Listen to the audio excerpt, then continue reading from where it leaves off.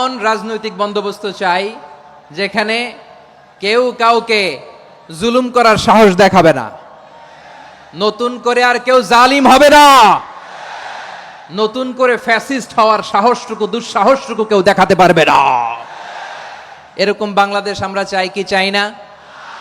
আমরা এই স্বাধীনতার পর থেকে এটাই দেখেছি, লুটপাট, দুর্নীতি, মারামারি, দেশের টাকা পাচার, এগুলোর পুনরাবৃত্তি আমরা চাই।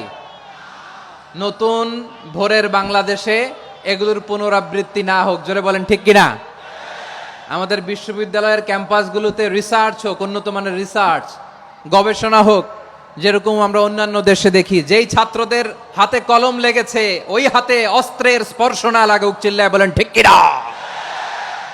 এখানে এক রাজনৈতিক দল আর এক রাজনৈতিক দলকে শ্রদ্ধা করবে, সম্মান করবে, এমন নেতা আমরা চাই যেই নেতা অসুস্থ হলে আমরা গোটা দেশের জনগণ জায়নামাজ বিছিয়ে মুনাজাতে চোখের পানি ছেড়ে আমার নেতার জন্য কান্না করব, চিল্লায় বলেন ঠিক কিনা?